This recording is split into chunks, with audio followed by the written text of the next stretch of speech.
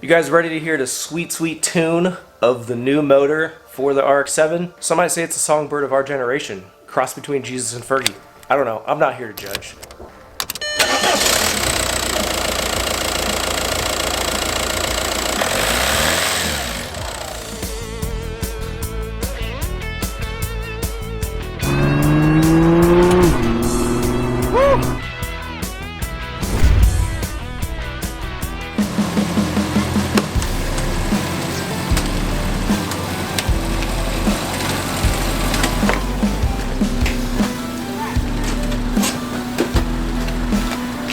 Well, as you guys can see, I have made a decision on the engine swap for the FC RX7. These guys, stick around for those who wanted me to LS swap this, because as I'm filming this, literally as I'm talking right now, I still want to LS swap it. But everyone and their mom and their cousin's friend, sister's brother has an LS swapped everything.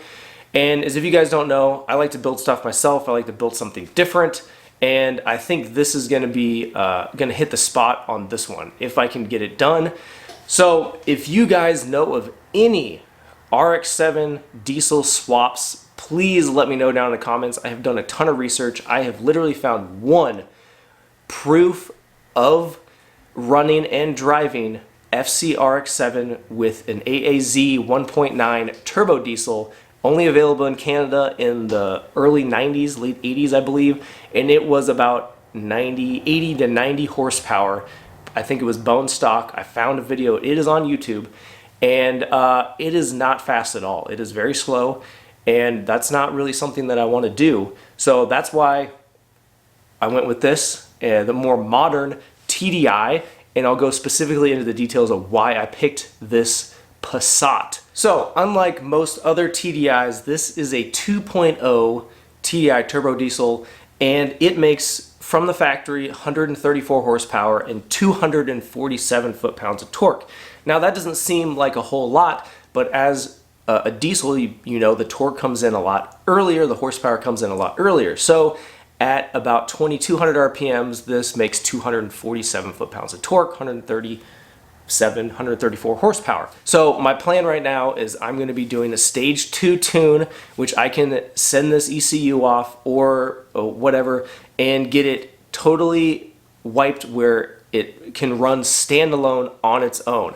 And with the stock ECU, stock injectors, stock turbo, stock everything, which will give me 175 horsepower and 305 foot-pounds of torque. And that's still, again, at about 2,200 RPMs. It's not going to be fast by any means. I'm not expecting it to be fast, but at the low RPM torque that it's going to put out, this thing should shred tires pretty easily. And you know, that might be the goal. It could be just a good tire shredder. So one of the most important things on this is I got the whole car. As you can see, it runs, doesn't drive. The transmission is exploded in it. So the first step is tearing the engine out of this, tearing the harness out, tearing the ECU, tearing everything out that I know that I need, get the engine on an engine stand. So let's get started.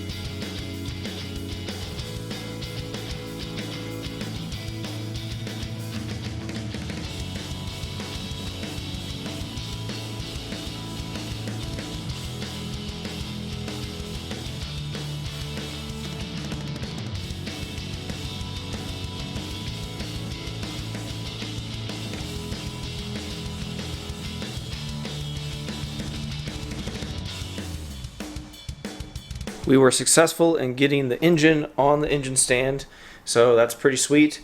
And I spent a bunch of time, and I have the complete engine bay wiring harness all the way to, these are the ECU connectors, this is the power relay here, and then I went so far as to these connectors here go through basically the firewall up at the top and connected to the body side inside. This was basically inside the car, and I have the whole harness from the inside of the car. I got the DLC connector, and the main thing we need here is this guy right here is the throttle pedal. I spent the time to take the whole wiring harness out. We got our fuse box here. So I'm going to have extra wires, I'm going to have connectors, I'm going to have all kinds of stuff in case I need it. So you can see here I have the dash out, and I actually pulled the core support back. I know this was a lot of work, and steering wheel is laying on the ground, but I cut the wiring harness basically right here at where the HVAC box is, heater core, so the pedal wire goes up into that main harness right there that goes all the way through the core support and down to this other side. So I wanted to have all the factory wiring and connectors as much as possible, and you know, it's like an extra hour of work maybe to pull this all out. And then you can see right here I cut basically the body harness that connected to all the power stuff that goes through the firewall up in here. So I'm gonna put the dash back together a little bit, put a bolt in it, throw it back together so that way I can push it back outside and get the RX7 in here, start working on it. But I pretty much have everything that I need for now from here. The other thing, I do need to pull the fuel pump out of the back. I'm not going to do it in the garage because it's going to stink. I can do that outside with the hatch open and not stink out the garage. So the whole time I was working here under the dash, this Olight Array 2 headlamp is coming in clutch. This thing is awesome. You got it on here, I can swipe and it changes to 1 to 2, brighter, can swipe up and it gets brighter, swipe down and it gets, whoop, hit myself in the face, softer, turn it off and click it once and I can turn it off. Now if you guys are interested in Olight products, I got a link down in the description. There is a discount code in there for you guys as well. And they got all kinds of lights, flashlights, duty lights, everyday carry lights, weapon lights, headlights, headlamps, not headlights, they don't have headlights as far as I know, headlamps. So make sure you click the link in the description, get that discount code, and get yourself some Olight flashlights, headlamps, whatever you guys need, because they are high quality, and I've been using them for over a year and a half now, and I've loved every single one of them. Not one issue with any of the lights that I've had from them. I also have the box of parts from idparts.com. I did buy a balance shaft delete kit, so we'll be deleting the balance shaft. I got a bunch of gaskets. I got a whole timing belt kit. Another part that I'm going to be adding is this hybrid oil pan, which is part aluminum, and then the bottom part has a steel bottom. And this is going to give me about 2 inches more clearance in this front area on the side, which I'm going to need as much clearance as I can get to clear the cross member on this car. The only other thing that I'm going to be doing to this motor is I'm going to be swapping out the intake manifold to a BRM intake manifold. It changes the direction of the intake from coming from the rear of the engine to coming from the front of the engine, which is going to make my life a lot easier as far as clearance and piping and routing and stuff like that. Well, that's gonna be it for this video, guys. I have a lot of work ahead of me. I'm gonna end it off there, and if you guys want to follow me on social media, I am at MuddyBeards4x4. Check out our website, muddybeards4x4.com. Get shirts, stickers, stuff like that. If you're interested in this type of stuff, make sure you hit that subscribe button. It really helps us out. Give me a thumbs up. Let me know what you think down in the comments.